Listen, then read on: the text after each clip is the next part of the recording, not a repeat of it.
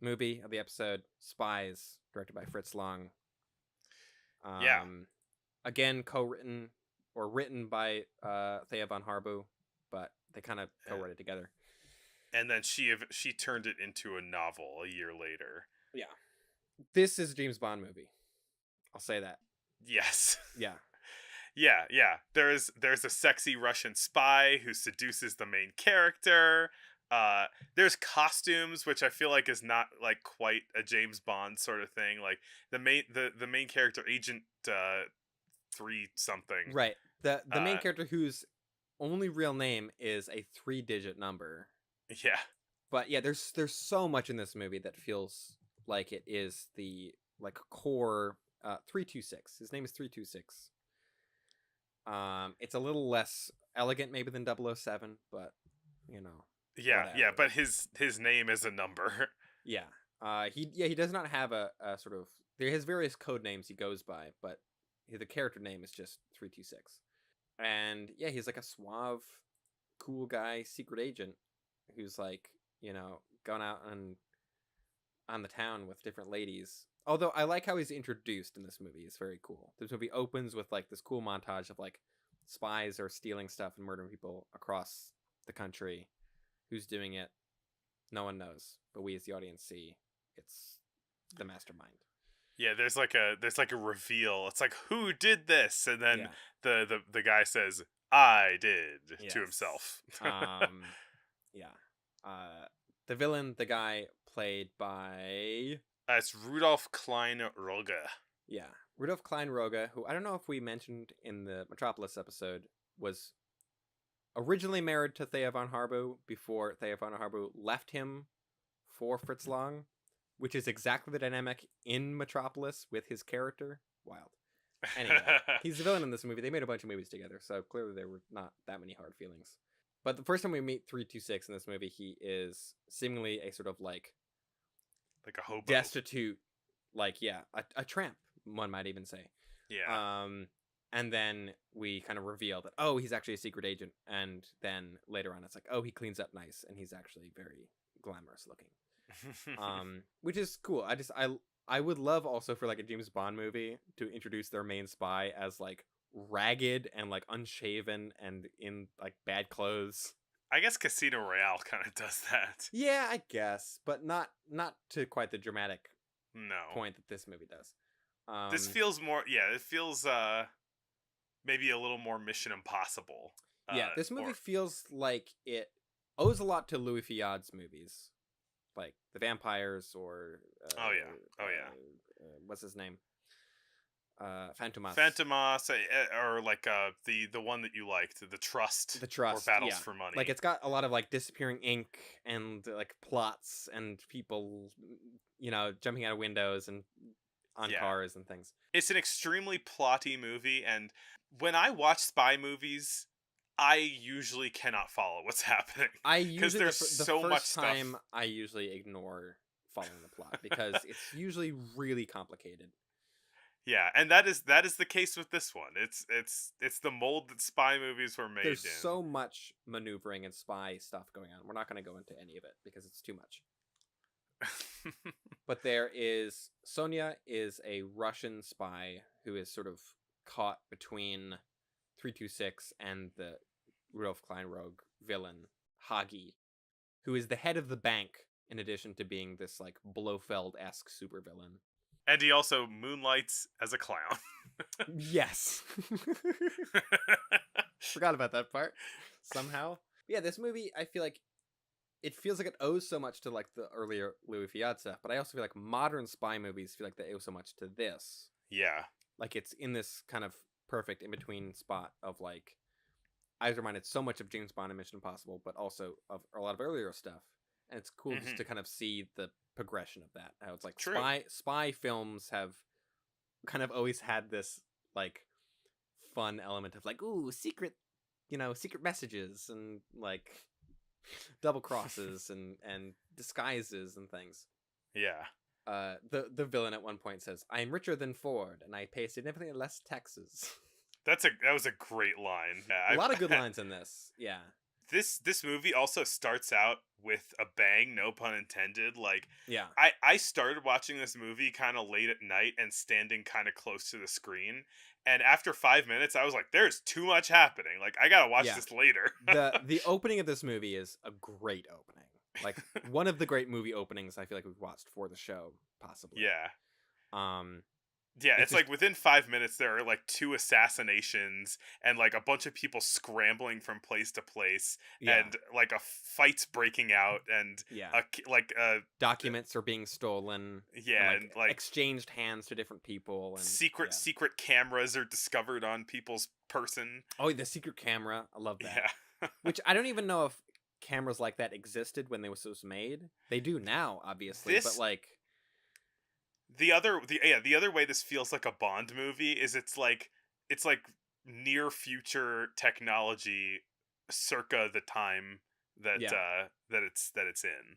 which is Uh cool. They yeah. because it has it takes on this almost kind of retro futuristic quality to it. Yeah. Not unlike Metropolis. Yeah. Um there's a shot in this sort of opening sequence of a guy in a motorcycle, like a motorcycle messenger. Yeah. Great shot. It's like shot almost like through the wheel of the motorcycle, like super low, like looking up at the guy riding it. And I've seen this shot in modern movies several times because I saw this. I'm like, I've seen this before, and it's in Escape from L.A. and The French Dispatch. I don't know how intentional it is in those movies, but it's like the camera is almost exactly the same It's a shot. really cool shot. It's an amazing. I'm definitely gonna steal it at some point. It's great. They I mean, also in that opening sequence, like, there's a bunch of news going around about the assassination and certain, I don't know, the treaty things that were stolen, Yeah. and it has an animation of like radio signals leaving a tower. Uh, Oh, yeah. I also thought of that. I'm like, just like our show. but it's also just like classic, you know. Yeah, yeah, Uh, it's great.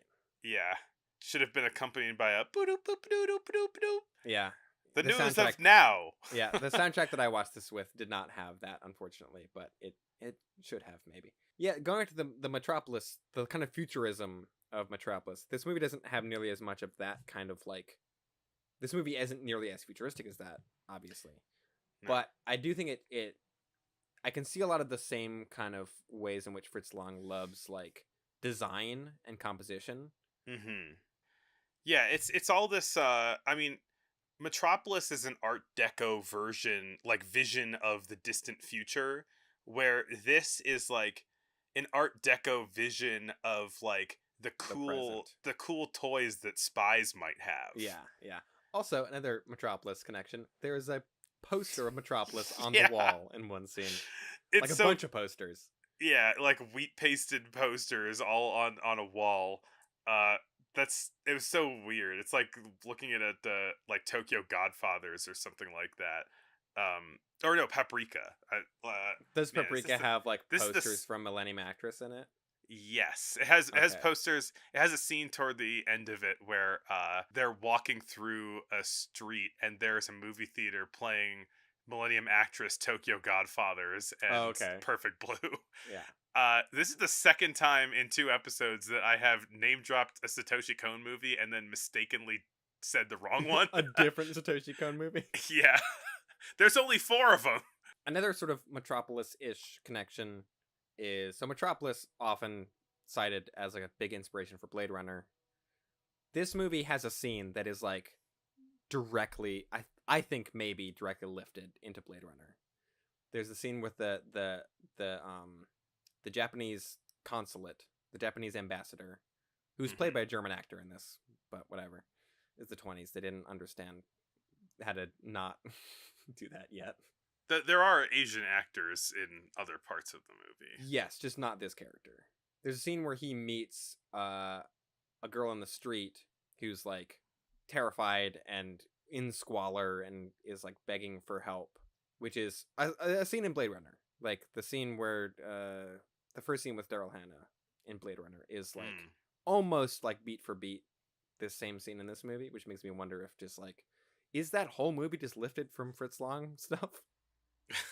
Kind of. I mean, also like the facility that Harbo, whatever his name is, the bad guy.